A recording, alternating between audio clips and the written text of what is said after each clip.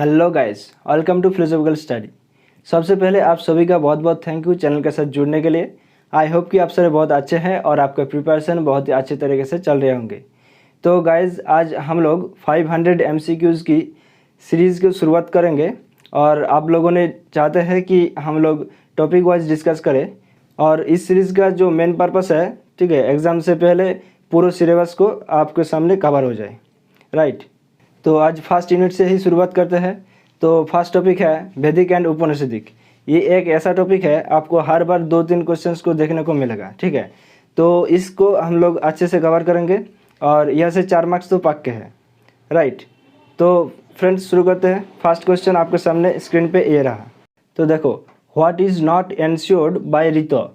तो option A, the morality of a particular individual, या फिर option B, the physical balance of the cosmos, या फिर option C, the moral balance of the cosmos, या फिर option D, the religious और ritual balance of the cosmos. इस question को देखने से ही आपका नज़र यहाँ पर होना चाहिए।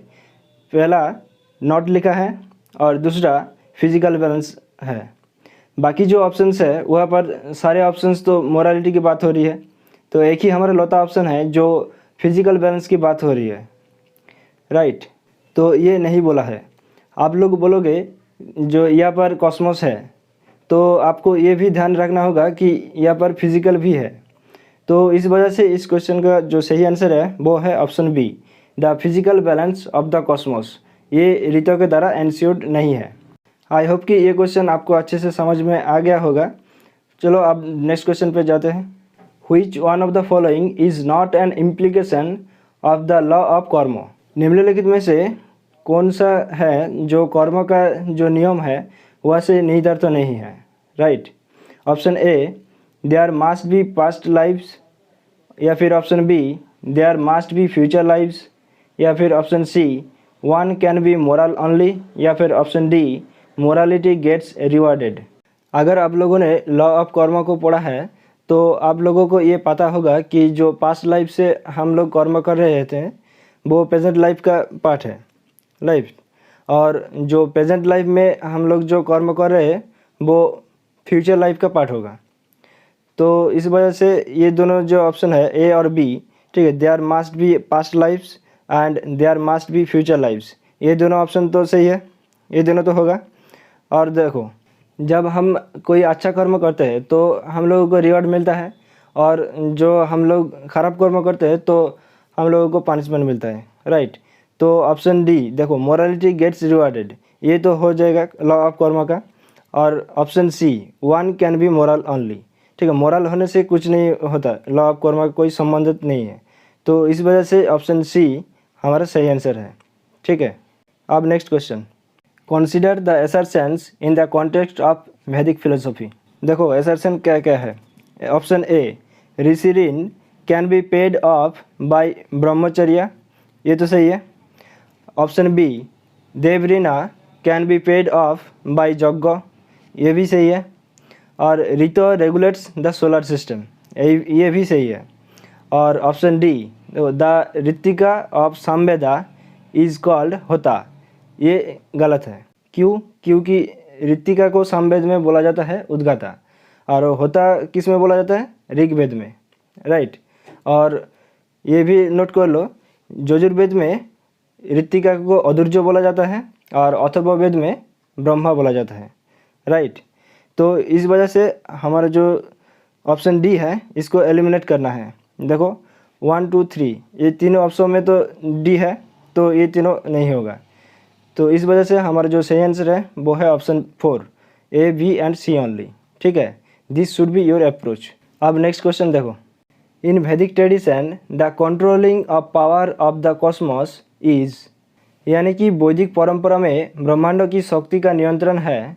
ऑप्शन ए, ईश्वर, ऑप्शन बी, ब्राह्मण, ऑप्शन सी, ऋतु, या फिर ऑप्शन डी, ब्रह्म। देखो इस क्वेश्चन का जो सही आंसर है वो है ऑप्शन सी, ऋतु। क्यों? क्योंकि ऋतु is more powerful than Brahma, Ishwar, right. And ब्राह्मण तो नहीं होगा। एंड ऋतु का पावर है कंट्रोल करना पूरे ब्रह्मांड को, ठीक है। देखो, अगर आप लोगों को कुछ भी नहीं आता इस तरह के क्वेश्चन में, तो क्वेश्चन में अगर जहाँ पर देखोगे कि वैदिक ट्रेडिशन की बात हो रही है और ऑप्शन में ऋतु है, तो आप लोग आंख बंद कर ऋतु को सिलेक्ट कर कर आ जाओ। ठीक है, मोस्ट ऑफ द क्वेश्चन में ये सही हो जाएगा। अगर क्वेश्चन में वैदिक ट्रेडिशन है और नॉट भी लिखा है तो ये ट्रिक काम नहीं आएगा। ठीक है, ये भी आपको ध्यान में रखना होगा। ठीक है, अब नेक्स्ट क्वेश्चन। इन वैदिक tradition yajna is performed for the benefit of. वैदिक परंपरा में यज्ञ को किसके लिए किए जाते हैं? ऑप्शन ए देवता, ऑप्शन बी ऋषिज, या फिर ऑप्शन सी ऋतिका, या फिर ऑप्शन डी जजमानो। आप लोग एक सिंपल सा बात याद करो, आपके घर में जब यज्ञ करते हो तो किसके लिए करते हो? आपका ही भला के लिए, राइट। तो आप कौन हो? तो आप जजमान हो, और जिसके अंडर वो सारे यज्ञ का जो कार्यक्रम है वो कंप्लीट करता है कौन? वो है ऋतिका, राइट। तो इस क्वेश्चन का जो सही आंसर है वो है ऑप्शन डी जजमानो। ठीक है, इन वैदिक tradition yajna is performed for the benefit of जजमानो। अब next question. The nature of Brahman in Upanishad is defined as. ठीक है, उपनिषद में ब्रह्म की प्रकृति को परिभाषित किया गया है। ऑप्शन ए इमानेंट, या फिर ऑप्शन बी ट्रांसेंडेंट, या फिर ऑप्शन सी इमानेंट एंड ट्रांसेंडेंट, या फिर option D none of this. इस क्वेश्चन का जो सही आंसर है वो है ऑप्शन सी इमानेंट एंड ट्रांसेंडेंट, यानी कि अपरिवर्तित और पारदर्शी, ये दोनों क्वालिटी है। ठीक है, ब्रह्म का क्वालिटी है। अब next question. Which of the following is not given in वैदिक ट्रेडिशन। ठीक है, वैदिक परंपरा में निम्नलिखित में से कौन सा नहीं दिया गया है, ये आपको बताना होगा। तो ऑप्शन ए पितृ, या फिर ऑप्शन बी देव ऋण, या फिर ऑप्शन सी ऋषि ऋण, या फिर ऑप्शन डी मानव ऋण। देखो, वैदिक ट्रेडिशन में तो पितृ ऋण, देव ऋण, ऋषि ऋण, ठीक है, भू ऋण, निरी ऋण, ठीक है, ये सारे ऋण दिए गए हैं, बोला गया है। और जो मानव ऋण है ये तो नहीं बोला है, ठीक है, वैदिक ट्रेडिशन में। तो इस वजह से इस क्वेश्चन का जो सही आंसर है वो है ऑप्शन डी मानव ऋण। मानव ऋण इज नॉट गिवन इन वैदिक ट्रेडिशन। ठीक है, अब next question. Which of the following constitute the trade which are the original Vedas. मतलब त्रयी वेद कौन कौन सा है ये आपको बताना होगा। Option A Rigveda, option B Samaveda, option C Atharvaveda, या फिर ऑप्शन डी यजुर्वेदा। तो कोड्स को देखो, A B C Rigveda, Samaveda और अथर्ववेदा, क्या ये सही है? या फिर A C D Rigveda, Atharvaveda और यजुर्वेदा, ये सही है? या फिर बी और डी सामवेदा और यजुर्वेदा, क्या ये सही है? ट्राइड पूछा है ना, तो त्रयी, तो ये तो किसी भी तरह का नहीं होगा। ठीक है, 3 तो नहीं है, बी और डी दोनों है, तो 3 तो डिलीट हो जाएगा। और ए बी और डी देखो, ऋग्वेदा, सामवेदा और यजुर्वेदा, ये वेद त्रयी सही है। ठीक है, जो मूल वेद है Rigveda, Samaveda and Yajurveda. Option 4 is the correct answer. ठीक है, जो अथर्ववेदा है वो लास्ट में एडिशन किया गया है। ठीक है, अब next question. The notion of दक्षिणा इन वैदिक ट्रेडिशन इज एसोसिएटेड विथ। ठीक है, वैदिक परंपरा में दक्षिणा की धारणा इससे जुड़ी है। ऑप्शन ए ऋतु, ऑप्शन बी ऋण, या फिर ऑप्शन सी धारणा, या फिर ऑप्शन डी यज्ञ। देखो, ये क्वेश्चन तो कॉमन सेंस वाला क्वेश्चन है। ठीक है, अगर आपके घर में पूजा होती है तो आप लोगों को पता होगा कि जो ब्राह्मण है, ठीक है, जो पूजा करता है, ठीक है, उसको ब्राह्मण बोलता है। जो ब्राह्मण है वो पूजा करने के बाद बोलता है ना कि माँ दे दो दक्षिणा। तो जो यज्ञ है वो पूजा करने से ही यज्ञ करता है। ठीक है, तो दक्षिणा कहाँ पर जाते हैं? वो यज्ञ करने के बाद। तो इस क्वेश्चन का जो सही आंसर है वो है ऑप्शन डी यज्ञ। लास्ट क्वेश्चन में जाने से पहले एक ज़रूरी बात, अगर आप लोगों ने चाहते हैं कि ये सीरीज़ कंटिन्यू करे तो लाइक बटन को ज़रूर प्रेस करो और कमेंट सेक्शन पे रेस्पॉन्स करो। ठीक है, फीडबैक देकर, और अपने दोस्तों के साथ ज़रूर शेयर करिए।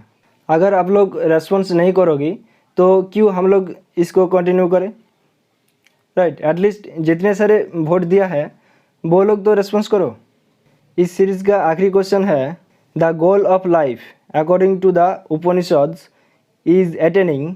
उपनिषद के अनुसार जीवन का लक्ष्य क्या है? ऑप्शन ए अर्थ, या फिर ऑप्शन बी कर्म, या फिर ऑप्शन सी काम, या फिर ऑप्शन डी ज्ञान। ठीक है, उपनिषद का जो मेन मकसद है वो क्या है? वो ज्ञान अर्जन करना, ठीक है, नॉलेज गेन करना। तो इस वजह से इस क्वेश्चन का जो सही आंसर है वो है ऑप्शन डी ज्ञान। ठीक है, हमारा जो लाइफ है उसका लक्ष्य है ज्ञान अर्जन करना, राइट नॉलेज। ठीक है, आई होप कि आप लोगों ने इस सेशन में बहुत कुछ सीखा होगा। मिलते हैं अगले सेशन में, तब तक के लिए हंसते रहे, मुस्कुराते रहे और चित्त को शांत रखकर अपनी प्रिपरेशन को आगे लेकर चले। Thank you, bye bye, take care, ध्यान रखिएगा।